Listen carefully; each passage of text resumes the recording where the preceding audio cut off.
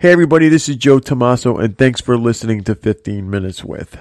A number of the listeners reached out to me and asked me to have Stephen Hayes back on the show.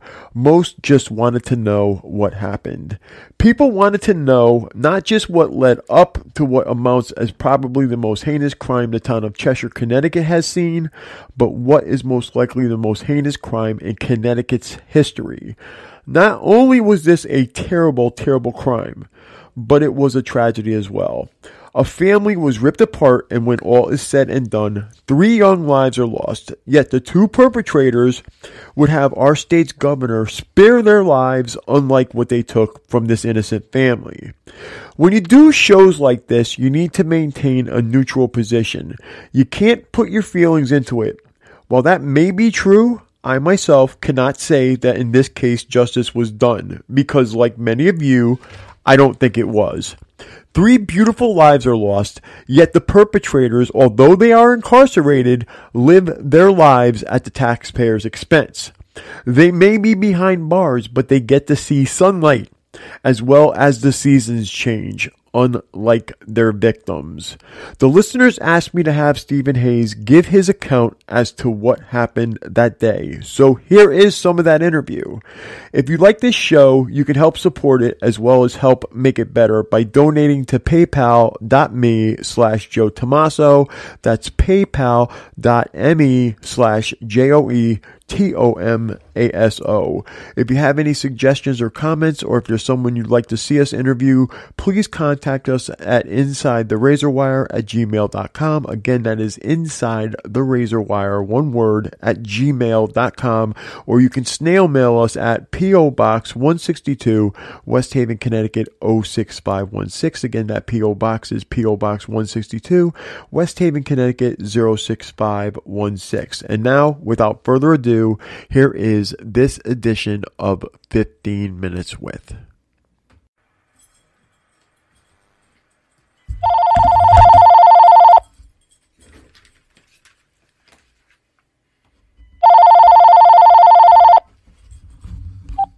Hello. This is a prepaid collect call from Stephen? an inmate at SCI Green. This is a call from Pennsylvania State Correctional Institution, Green. This call is subject to recording and monitoring. To accept charges, press 1. To refuse charges, press 2. If you would like to permanently block your number from receiving calls from this facility, press 6. For balance and rate quote, if you have any concern that the person you are speaking with is in mental health crisis or suicidal, please call the State Correctional Institution immediately. Thank you for using Securus. You may start the conversation now. How are you? Okay. There was some stuff I wanted to tell you, and now I absolutely cannot remember.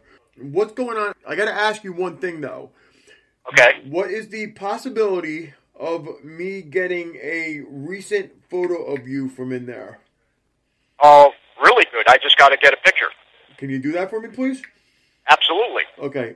I received the, I don't know if he told you or not. For some reason, the state of Pennsylvania is telling me that, well, this kind of fits in. The state of Pennsylvania is telling me that by them giving me your disciplinary record, it would place you in jeopardy. I don't see how that would happen. I have no idea either, but that is what they sent All me. my tickets are transgender related. Yeah, I don't, like I said, I don't understand how myself. Just but want all that getting out. They're trying to keep a lid on things, is what it is. It's possible. They definitely said it would place you in harm's way, yada yada. They quoted me a bunch of laws, which I mean, I looked. Like I said, I don't know how it would fit in to putting you in harm's way, but that's what they said. Connecticut was actually helpful in the respect that they actually did, in fact, give me photos. I'm assuming the yellow jumpsuits were when you guys were leaving the facility. I got a photo of you from Connecticut. I got a photo of Josh from Connecticut. And both of them, you had yellow jumpsuits on. And I know that they did, in fact, take photos of you prior to your transfer. So I'm assuming that's when they were. Correctional. Right, exactly. anyways, that's where that goes. I want to give you a chance to address. First off, we need to.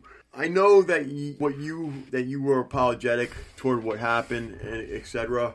Yes. But I need you to realize that people are hearing the interviews, and the comments I'm getting is, yes, they understand what's up with you, but on the same token, Dr. Pettit, wakes up every day and his family is no longer here because of what happened. And I got to be honest, for the majority of that, they're correct. I mean, oh yeah, that's where that goes. What would you want to tell these people that are listening in regards to everything, that happened, in regards to where you stand now? Call from Pennsylvania State Correctional Institution, Green. This call is subject to recording and monitoring. Okay, well, I do understand that there has been some comments about, my remorse versus, how Dr. Pettit feels. And there's nothing I want to prevent other than, I don't want it to sound like, I don't sympathize, because I do. This man wakes up every single day without his family. It's something that he's going to have to live with the rest of his life. And it's a horrible thing to live with. I also have to live with that. I was party to them being taken away. And there's nothing that I can do to bring anybody back. I wish there was. I would give up my life to bring people back. It just, unfortunately, life doesn't give you do-overs. That's why I'm doing what I'm doing now, because I don't want it to happen again to anybody. And if anybody could look at my life and understand where I was at that time and how things were for me, they would realize that, this person just wasn't a monster. Just really stupid, not thinking and paying attention to drugs and everything else. Let me ask you a question, too. There's something that was in the transcript, something that the newspapers wrote up and everything, regarding what happened with you. Pennsylvania State Correctional Institution, Green. This call is subject to recording and monitoring. With what happened with you and Dr. Pettit's wife, what happened? What caused that to happen? What exactly caused that to happen? All right, I had come back from the bank, and Mrs. Pettit got out of the vehicle. I also did. She went around the back. I wasn't holding a gun on her or holding her or anything, which is why the police didn't think it was actually, it was fake. They thought everything was fake because, we didn't look like that. Mm-hmm. So when I walked into the house, it took a couple minutes to get in the house because Josh had the doors locked, and I couldn't understand why. I actually had to call him on the phone. Got that I actually had the keys in my hand. Right. I really wasn't thinking. Mm-hmm. So then Mrs. Pettit is now in the den, and I go into the living room where Josh is sitting. He's got the bat, and he's got the X-Acto knife in his hand, and that's when he tells me that everybody's dead. He's like, Dr. Pettit died from his injuries. I had to kill the girls because I left my DNA with them. Now you got to kill Mrs. Pettit. And I'm looking at him, and all I have is a plastic gun. And nothing I wished more in the world than it was real, so I could have shot him. So let me get this straight. At that point, even though the girls were still alive... I didn't know that. Right. So that's what I'm saying. So the girls were still alive. Right. Josh told you that the girls were dead. Right, they were upstairs, and he told me that. And he's like, now you got to kill Mrs. Pettit. I'm like, no, that's not what we're here for. What the, and I couldn't understand. Mm-hmm. So then I walked into the den, and I couldn't do it. And then I kept walking back and forth, arguing with him. And I think it was like on the fifth time going back to the den that I looked out the window, and I saw a police car, an unmarked cruiser. I believe it was the brown one. And I just snapped, because all I could think about was that, here I am fighting for you, and you went to the police. Why did you go to the police? At the time, that's...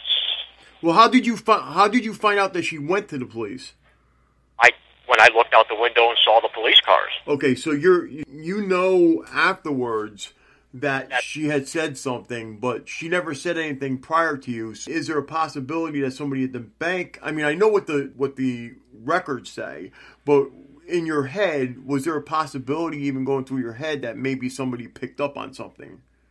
No. What happened was she couldn't get the money out of the account because Josh gave me the wrong stuff, and she finally relented and told them what was going on.